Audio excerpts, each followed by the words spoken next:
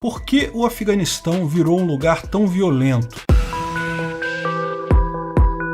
Esse é o Visão Libertária, sua fonte de informações descentralizadas e distribuídas. Sempre que ouvimos falar do Afeganistão, o que nos vem à cabeça é guerra, terrorismo, extremismo religioso, atentados à bomba, mulheres usando burca, dentre outras desgraças. Mas como esse país se tornou um lugar tão violento e ruim? Bem, já começou complicado. A geografia do local é composta de desertos e montanhas. Portanto, a população ali se formou em torno de várias tribos praticamente isoladas umas das outras. A primeira potência imperialista a se dar mal no Afeganistão foi a Inglaterra, ainda no século XIX. Falhou em conquistar a região, mas acabou demarcando os contornos do que hoje é o Afeganistão, quase que arbitrariamente, separando diversos grupos étnicos. Por exemplo, os 3 maiores grupos étnicos da região são compartilhados com vizinhos: os Pashtun com o Paquistão, os Tadjiks com o Tajiquistão e os Uzbeks com o Uzbequistão.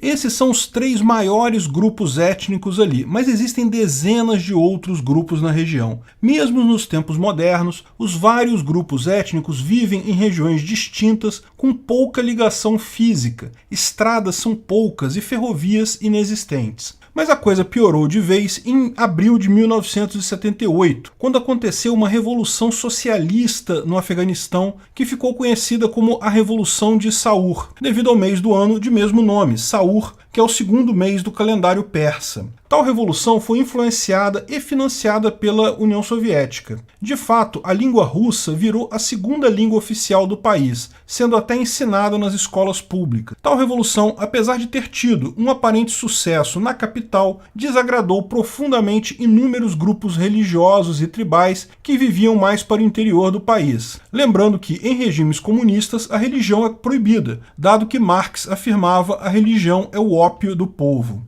Esses grupos insatisfeitos criaram guerrilhas e se auto-intitularam Mujahedin, que significa combatente no sentido de uma guerra santa. A tática de guerrilha deu tão certo que em menos de um ano ficou claro que o governo central comunista iria sucumbir. O então ditador da União Soviética, Leonid Brezhnev, percebendo tal fato, decidiu invadir o Afeganistão para dar suporte ao governo comunista local, inicialmente enviando 60 mil soldados, depois enviando mais e mais tropas. Mas mesmo assim, o presidente pró-União Soviética, Mohammad Tarak, veio a ser morto pelos insurgentes. Tal fato fez a União Soviética endurecer ainda mais o conflito, chegando a invadir as repartições públicas, edifícios do governo afegão e até mesmo prenderem e executarem o sucessor de Tarak, Hafsullah Amin. Estima-se que mais de 10 mil cidadãos afegãos foram executados pelos soviéticos nesse golpe. Em seu lugar, a União Soviética colocou no poder Babrak Karmal, sendo este apenas um pau-mandado dos soviéticos. Muitos analistas políticos da época passaram a considerar o Afeganistão como um estado fantoche soviético, tal como eram, na época, Ucrânia e Alemanha Oriental, por exemplo. No início dos anos 1980, a União Soviética tinha um efetivo de centenas de aviões e helicópteros, 2.500 tanques e mais de 110 mil homens no Afeganistão, sendo que muitos ainda eram considerados tropas de elite, uma vez que seus integrantes eram veteranos da Segunda Guerra Mundial, a pior e mais sangrenta guerra de todos os tempos. Na cabeça da cúpula soviética, em hipótese alguma, essa grande e qualificada tropa poderia ser derrotada por guerrilheiros locais improvisados. Contudo, os Estados Unidos, o Reino Unido e a Arábia Saudita não estavam nem um pouco satisfeitos em verem mais um país se tornando comunista. Lembra, ainda estávamos na época da Guerra Fria. Então começaram a financiar, armar e treinar os Mujahedin. Por mais bizarro que isso possa parecer, até mesmo a China chegou a apoiá-los, visto que desde a época de Mao, a União Soviética e a China tinham profundas rivalidades. Tais desentendimentos se davam especialmente sobre quem eram os verdadeiros marxistas e sobre quem deveria ser o líder do comunismo no mundo. Certa vez, a União Soviética quis até fazer um bombardeio nuclear massivo na China, mas não o fez porque os Estados Unidos afirmaram que isso seria o início da Terceira Guerra Mundial. Bem, mas isso já seria tema para outro vídeo. A União Soviética achou que em pouco tempo os Mujahedin seriam exterminados e os poucos que sobrassem desistiriam. Entretanto, o tipo de conflito que se deu não era nenhuma grande batalha com vitórias definitivas, em que dois grandes exércitos batem de frente, como era o típico na Segunda Guerra Mundial, por exemplo. O conflito se deu por guerrilha. Muitos dos veteranos soviéticos que estavam no Afeganistão lutaram na Batalha de Kursk, a maior batalha de tanques da história, na qual cerca de 10.000 veículos, 5.000 aeronaves e outros 2.500.000 soldados lutaram frontalmente durante 18 dias, tendo os soviéticos saído como vitoriosos incontestáveis. A tática de guerrilha, ao contrário, consiste em lutas de desgaste, emboscando o inimigo quando estiver distraído, especialmente com a tática de bater e correr, plantando minas e bombas onde o comboio for passar, atacando linhas de suprimentos, etc. Além disso, os guerrilheiros não usavam uniformes, o que, para os soldados inimigos, é algo extremamente estressante, pois qualquer um, a qualquer hora, pode ser um inimigo disfarçado. Isso afeta profundamente a moral da tropa. Fora que fica a sensação que nunca haverá uma vitória. Ainda para piorar, o terreno montanhoso e inóspito do Afeganistão facilita e muito a utilização da tática de guerrilha, onde os insurgentes quase sempre atacavam de uma posição vantajosa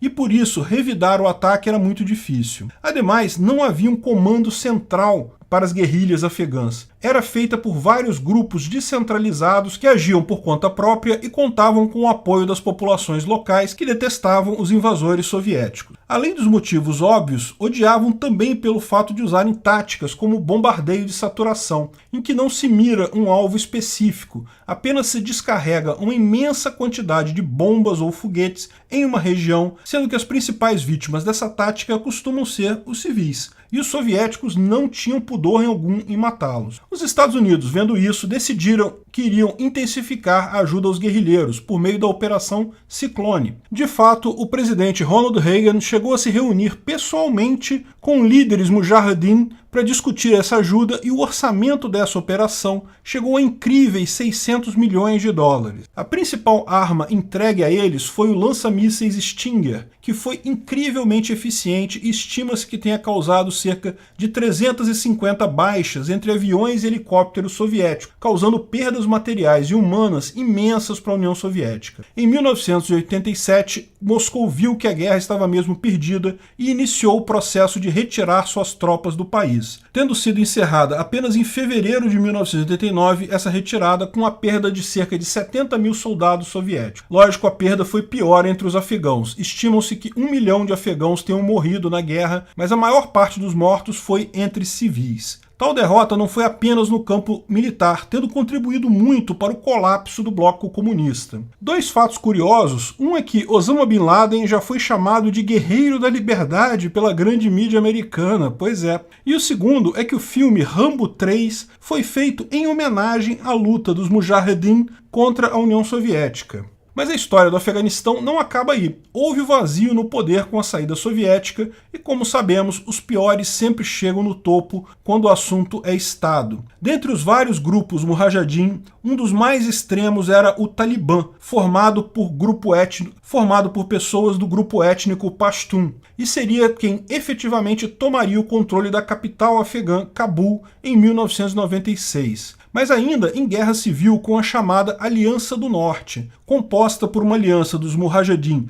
tajdiks e uzbeks, que controlava o norte do país. Mas o Talibã controlava a maior parte, e o país chegou até a ser chamado de Emirado Islâmico do Afeganistão, com o governo teocrático, com a liderança do Mullah Omar, sendo uma teocracia ultra-radical que impunha regras absurdas. Dentre elas se destacam algumas como proibição de estudo para meninas, obrigatoriedade do uso de barba para homens, proibição de cortes ocidentais, obrigatoriedade do uso de burca que cubra o corpo todo, inclusive os olhos, para as mulheres, além de não poderem sair de casa sem o marido, irmão ou pai, sob pena de apedrejamento sumário. E a proibição de ocupação delas em qualquer emprego de qualquer tipo fora de casa. Existem ainda denúncias de práticas como mutilação genital feminina e escravidão, um absurdo completo. Interessante como raramente vemos uma feminista criticando esse tipo de prática, não é mesmo? Ao contrário, algumas feministas chegavam a relativizar o problema,